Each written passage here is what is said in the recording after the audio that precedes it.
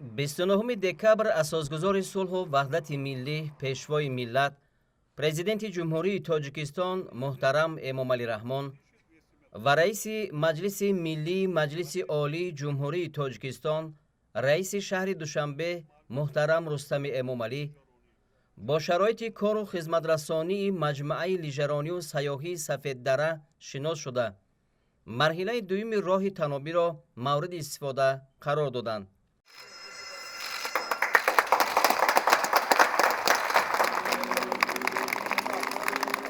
باید گفت که با مقصد در عمل تطبیق نمودن دستور و سفارش‌های پیشوای ملت محترم امامعلی رحمان جهت تأمین شرایط سازگار بخش سیاحی و جلب هرچی بیشتر سیاحان داخلی و خارجی در موضع سفید دره از جانب جمعیت دارای مسئولیت محدود سفید دره یک قطار انشاءات مهم ساحه سیاحی بنیاد گردیده ساختمان دیگر انفراساختار ادامه دارد. نباید گوشه برای جوانان، برای ورزشکاران، برای سیاحان یادآور می‌شویم که در این موضع زیبا و دلنشین ناحیه ورزا 28 دکبر سال 2016 پیشوای ملت پرزیدنت جمهوری تاجیکستان محترم امامعلی رحمان مجمع لیژرانی و سیاحی سفید دره را افتتاح کرده بودند. همان وقت سرور دولت به کارهای ساختمانی به انجام رسیده بهای بلند داده جهت ادامه بخشیدن تدبیرهای سازندگی به مسئولین دستور و هدایت‌ها دادند. در مجمع لیژرانی و سیاحی سفید دره پرزیدنت مملکت محترم امامعلی رحمان با شرایط قبول میزاجان در کتیج چوبین دوآشانه شناس شدند. پیشوای ملت محترم امامعلی رحمان از نتیجه تدبیرهای به سامان رسیده اظهار قناعتمندی کرده به صفت کارها بهای بلند دادند. پرزیدنت مملکت به مسئولین جهت باز هم تقویت دادن کارهای ساختمانی و تشکیل انفراساختار ضروری دستور و سفارش‌های مشخص دادند. در همین جا به سرور دولت محترم امامعلی رحمان لایحه ساختمان کتیج‌های نو در صحن حولی مجمع معرفی کرده شد. مورد ذکر است که از روزهای نخستین به توازن جمعیت دارای مسئولیت محدود سفید دره گذشتن این موضع هر یک وجب زمین آن ثمرناک استفاده کرده می شود. پیش از همه راه‌های این محل پرره تعمیر کرده شده. حرکت نقلیات و رفت آمد مردم در همه فصل سال تأمین گردید. پیشوای ملت در نزد میدانچه بالایی مجمع لیژرانی و سیاحی سفید دره از طربخانه نو دیدن کردند.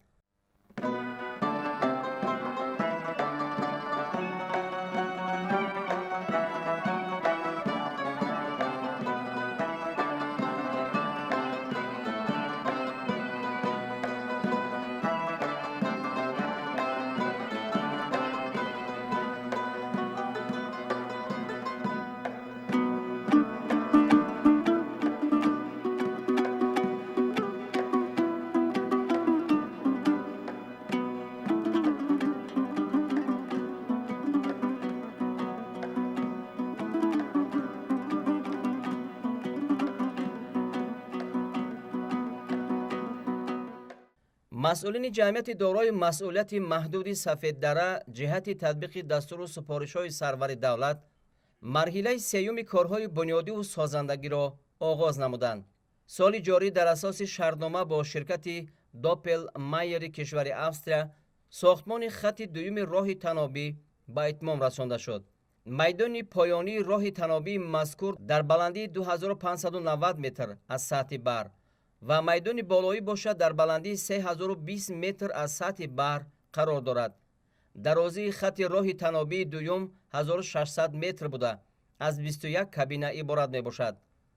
در مجموع درازی هر دو راه‌های تنابی 3600 متر را تشکیل داده 42 کابینه دارد. توسط راه نوی تنابی سرور دولت با کارهای در موضع به انجام رسیده شناس شدند. باید گفت که در اساس دستور پیشوای ملت در حدود مجمع لیژرانی و سیاحی سفید دره مکتب مخصوص کودکان و نورسان اوید به نمودهای زمستانه ورزش تشکیل کرده شد. ترمیم کنید، آینده در مسابقه‌های بین‌المللی اشتراک کنید، مکتب نه درجه عالی را برآمونید، مکتب تمام شرایط‌های درجه عالی قطعی شرایطاش هم مهیا کنید برای آموزگارا، برای خودی نورسای جوانایی که ба машғул мешавад. дар майдони болоии маҷмӯаи лижаронию сайёҳии Сафеддара президенти мамлакат муҳтарам Эмомалӣ Раҳмон бо буридани лентаи рамзии роҳи нави лижаронии Сомониро ифтитоҳ карда ба оғози ҳаракати лижаронҳо дар ин масир оғоз бахшиданд. Раҳмону раҳим.